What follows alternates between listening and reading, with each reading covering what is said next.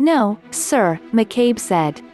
Despite that admission and the recognition that the FBI's representations in the warrant applications contained false statements, McCabe would not say who was ultimately to blame.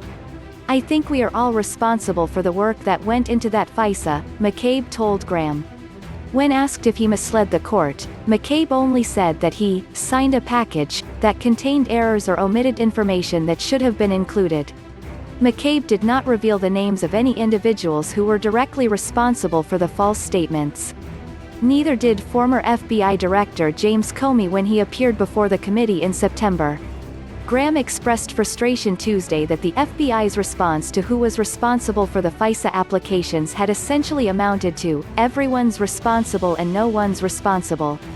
The Republican senator also grilled McCabe regarding information the CIA had sent to the FBI regarding information that Hillary Clinton may have approved a plan to use allegations of Trump connections with Russia to distract from the investigation of her use of a private email system while in office as Secretary of State. Explain to this committee and the American people why the FBI did nothing regarding that allegation, Graham said. I cannot, sir, explain to you what Peter Saintsrock or anyone else thought about that at the time, McCabe replied. Later in the hearing, Graham again discussed the information about Clinton, expressing that he has a problem with the FBI choosing to ignore the allegation. It may not be true, but somebody should have looked at it, Graham said. Nobody cared over there. Senator Sheldon Whitehouse, Dr.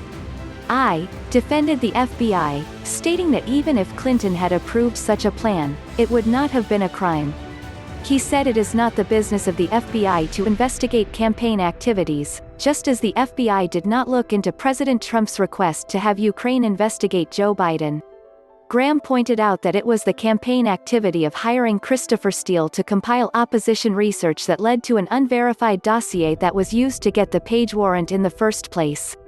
This, according to Graham, makes it the business of the FBI to look into information regarding the Clinton campaign possibly crafting the Trump-Russia narrative to distract from her own controversies. This is the first time I know of that opposition research winds up being used by the FBI to get a warrant against an American citizen, a member of the other campaign, Graham said. Towards the end of the hearing, Graham brought up the interview that the FBI had with Steele's sub-source, who told officials that the information in the dossier was unreliable. McCabe acknowledged that he had been aware that the sub-source had been interviewed. Did you ask any questions about the results of the interview? Graham asked.